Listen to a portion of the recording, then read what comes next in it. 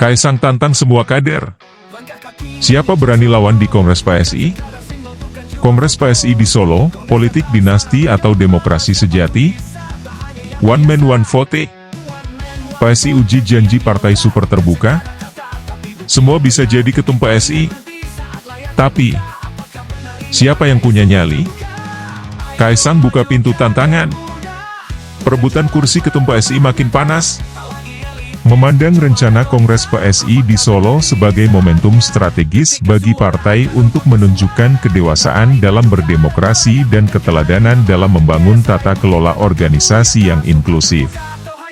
Pernyataan Ketua Umum Kaisang Pangarep bahwa semua kader dapat mencalonkan diri serta digunakannya sistem one man one vote merupakan sinyal positif yang patut diapresiasi, karena mengedepankan prinsip kesetaraan dan partisipasi politik yang sehat di tengah krisis kepercayaan publik terhadap partai politik. Namun, harapan saya adalah agar proses ini tidak berhenti pada narasi saja. PSI perlu memastikan bahwa syarat pencalonan tidak menjadi alat penyaringan yang elitis, tetapi tetap menjunjung nilai-nilai meritokrasi. Selain itu, lokasi Kongres di Solo, yang identik dengan identitas Presiden Jokowi dan keluarga, hendaknya tidak menimbulkan kesan politik dinasti, melainkan diposisikan sebagai panggung keterbukaan dan regenerasi kepemimpinan yang mandiri. Lebih dari sekadar memilih ketua umum baru, Kongres ini seharusnya menjadi ruang evaluasi ideologis, konsolidasi kader, serta redefinisi misi politik PSI agar tetap relevan dan mampu menjawab aspirasi publik, terutama generasi muda. Jika dikelola dengan jujur dan terbuka, Kongres ini bisa menjadi tonggak baru bagi PSI untuk menegaskan dirinya sebagai partai masa depan yang modern, meritokratis, dan berorientasi pada pelayanan publik, bukan sekadar pencitraan politik. Melihat bahwa rencana Kongres PSI dan pernyataan Kaisang Pangarep yang membuka peluang semua kader mencalonkan diri sebagai ketua umum memiliki korelasi langsung dengan semangat partai super terbuka, yang selama ini diklaim oleh PSI, konsep super terbuka dalam politik seharusnya tidak hanya menjadi jargon, tetapi tercermin dalam praktik nyata. Salah satunya adalah demokrasi internal yang inklusif dan transparan. Dalam konteks ini, keterbukaan pencalonan ketua umum dan penerapan sistem one man one vote adalah langkah konkret yang selaras dengan spirit partai super terbuka, yaitu menjamin bahwa kekuasaan tidak hanya berputar di kalangan elit pusat atau lingkaran dekat ketua umum, tetapi memberi ruang partisipasi yang sejajar bagi kader di tingkat akar rumput. Partai super terbuka juga menuntut adanya komunikasi dua arah yang aktif, pengambilan keputusan kolektif, serta meritokrasi yang sungguh-sungguh, bukan semata formalitas demokratis. Namun, saya juga menggarisbawahi bahwa klaim sebagai partai super terbuka akan diuji justru saat terjadi perbedaan pendapat atau munculnya kandidat alternatif yang mungkin tidak sejalan dengan kepemimpinan saat ini.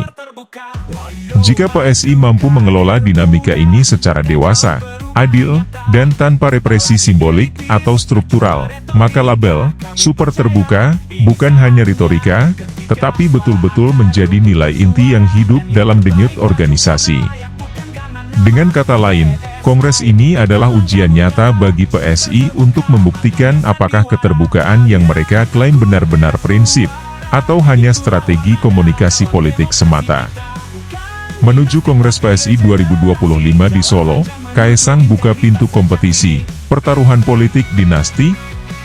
Partai Solidaritas Indonesia, PSI, tengah bersiap menyambut momentum besar, Kongres Nasional yang dijadwalkan digelar pada pertengahan 2025 di kota kelahiran Presiden Joko Widodo, Surakarta. Tak hanya menjadi agenda formal partai, Kongres ini juga dipandang sebagai batu ujian kepemimpinan Kaisang Pangarep, putra bungsu Presiden Jokowi, yang kini menjabat sebagai Ketua Umum PSI. Dalam keterangannya kepada media, Kaisang menegaskan bahwa Kongres akan menerapkan sistem demokratis dengan prinsip one man, one vote. Artinya, setiap kader memiliki hak suara yang sama untuk memilih pemimpin baru partai.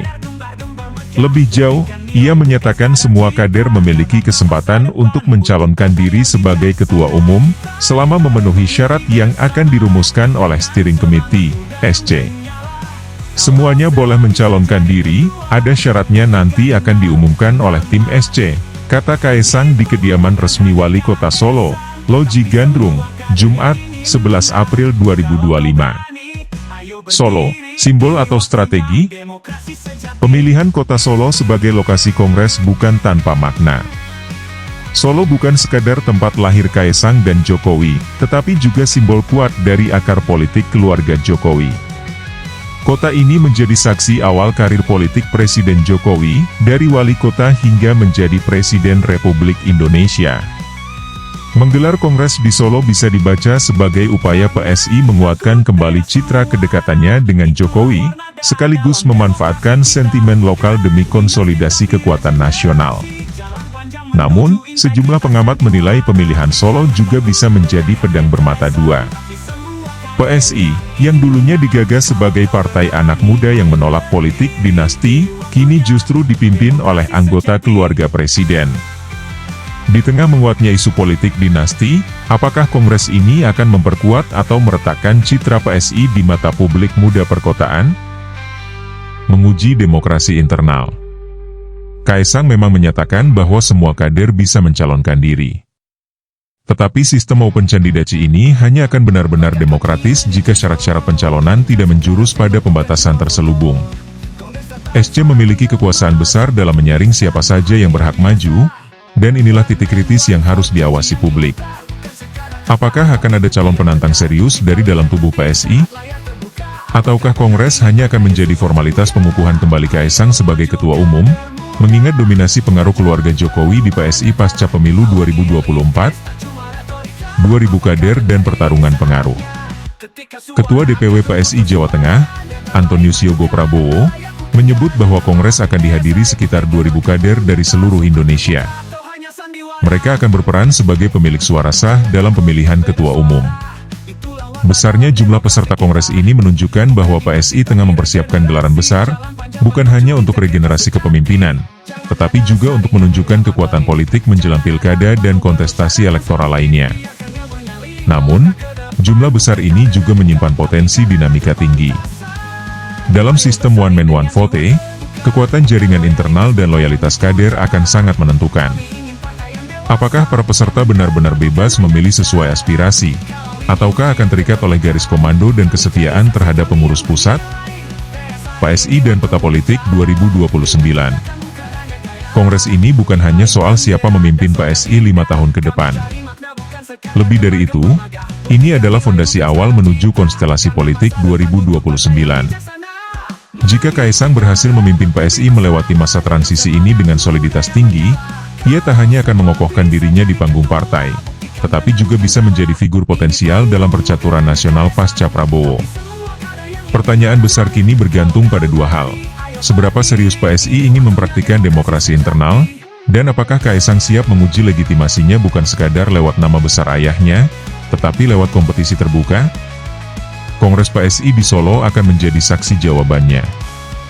Dan publik Indonesia berhak untuk menontonnya, mengkritisinya, serta mengawalnya. Langkah kaki menjejak Solo, bukan sekadar simbol, bukan cuma foto. Kongres datang, suara menggema, siapapun bisa, tak hanya yang biasa. One man, one vote, janji yang dilontar, bukan sekadar kata, tapi bukti yang benar. Kita lihat nanti saat layar terbuka, apakah benar ini partai super terbuka. Ayo maju kader muda, buka jalan perubahan nyata. Tak lagi elitis, tak cuma retorika, apakah benar ini saatnya? Ketika suara akan untuk bersuara, dan yang terbaik maju karena layak, bukan karena nama. Saya buktikan langkahmu nyata, sumpah terbuka atau hanya sandiwara. Jangan takut berbeda suara, itulah warna dalam demokrasi kita. Bukan dinasti tapi regenerasi, jalan panjang menuju integritas sejati. Jangan ada saring yang menyaman merit, jangan ada panggung penuh syarat yang sempit. Biarkan bernyali melangkah ke depan, bukan karena dekat tapi karena kepantasan. Ayo bersaing dengan jiwa terbuka, bukan loyalitas buta yang dipuja.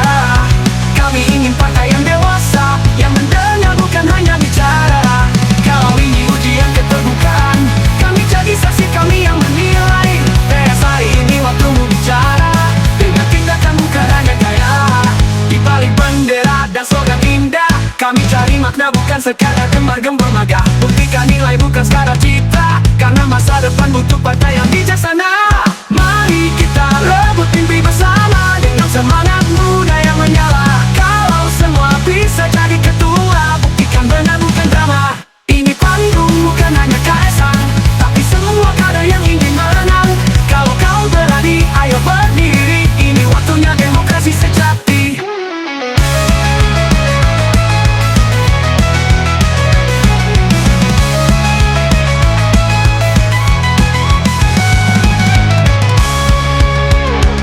Jangan takut beredar suara, itulah warna dalam demokrasi kita.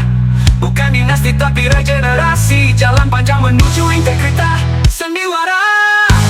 Jangan takut beredar suara, itulah warna dalam demokrasi kita. Bukan dinasti tapi regenerasi,